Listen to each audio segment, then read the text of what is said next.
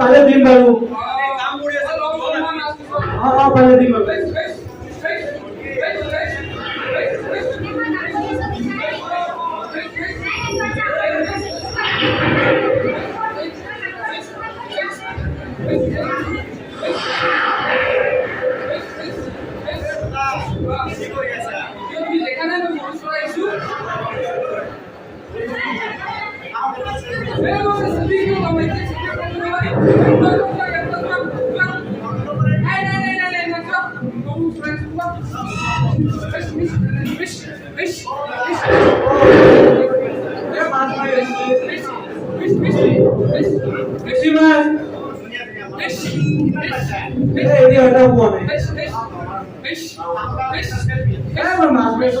উঠিব লাগে মাছ মাৰিব দিয়ে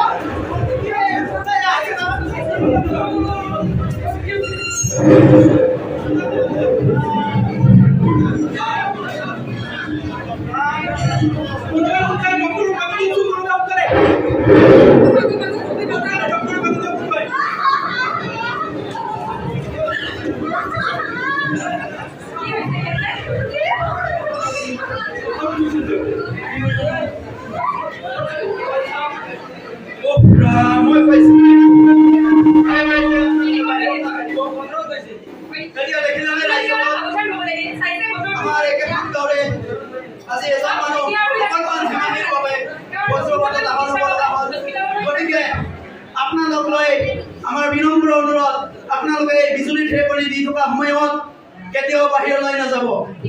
আজি আমি খুবই দুখিত যেহেতু আমাৰ মোৰ সতীৰ্থ সেই অকণমান হেমাহিৰ কাৰণে কিবা ফোনত কথা পাতি আছিলে, আজি আহত হ'ল বজ্ৰপাতৰ পৰা। গতিকে আপোনালোকে যেন কেতিয়াও এই ভুল নকৰে।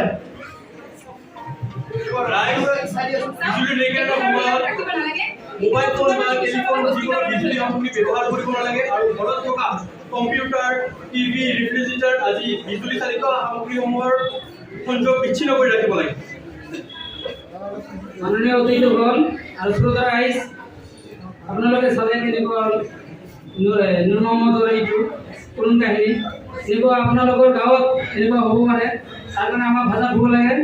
আৰু যেতিয়া বিজুলী বাঢ়ি থকা সময়ত বাহিৰত ওলাব নালাগে আৰু ইলেক্ট্ৰনিক এইবিলাক বন্ধ কৰিব লাগে আৰু তৎক্ষণাত আৰক্ষী প্ৰশাসনক যোগাযোগ কৰিব লাগে, গোষ্ঠীৰ নাম্বাৰত ফোন কৰিব লাগে।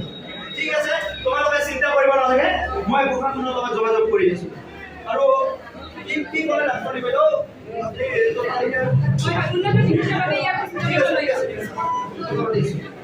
হেল্ল', হয় নমস্কাৰ, মই হয় আমাৰ গাঁৱৰ এজন মানুহ বজ্ৰপাতত আহত হয়। হয় আপোনালোকে সোনকালে আহি তেখেতক হয় আহত হ'ব। ঠিক আছে, মই কথা পাতিছোঁ, সোনকালে আহিব, ক্লাছ আহিব, তেখেতক লৈ যাব। ঠিক আছে, আপোনালোকে চিন্তা কৰিব নালাগে, মই আছোঁ। সেইকাৰণে কৈছোঁ যে আপোনালোকে হেমাহি নকৰিব, মোৰ কথা কৈছোঁ, আপোনালোকে শুনে এতিয়া দেখি না। ঠিক আছে,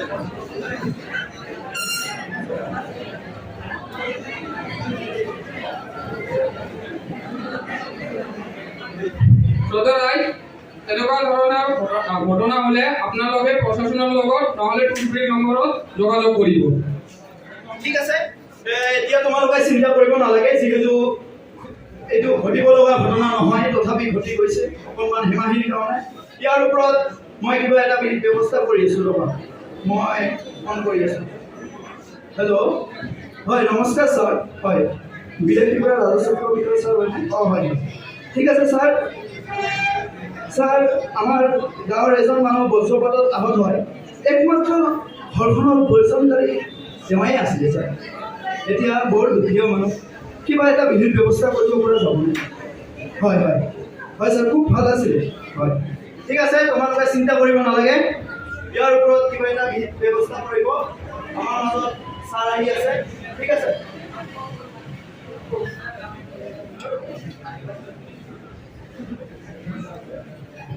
সন্মানীয় ৰাইজ, আমি প্ৰাকৃতিক দুৰ্যোগক কেতিয়াও বাধা দি ৰাখিব নোৱাৰোঁ, কিন্তু ইয়াৰ পৰা ৰক্ষা পাব পৰাৰ উপায় আমাৰ হাতত আছে।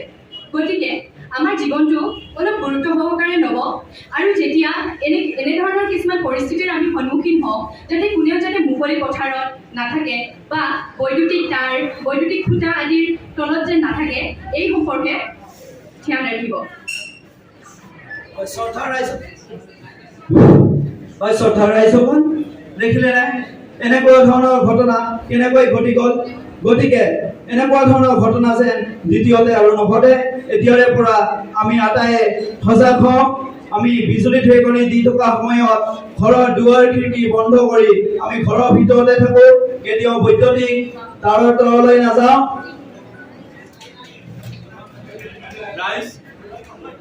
ৰাইজ, বিজুলী ঢেৰেকনিৰ সময়ত কোনো ওখ ঠাইত পানীত হাত ধুই থাকিলে বা খেতিপথাৰত কাম কৰি থাকিলে বা মাছ মাৰি থাকিলে কোনো নিৰাপদ ঠাইলৈ যোৱাৰ চেষ্টা কৰক, আৰু বৈদ্যুতিক জোগাৰ কোনো খালী চকুৰে কোনোদিনো নাচাব।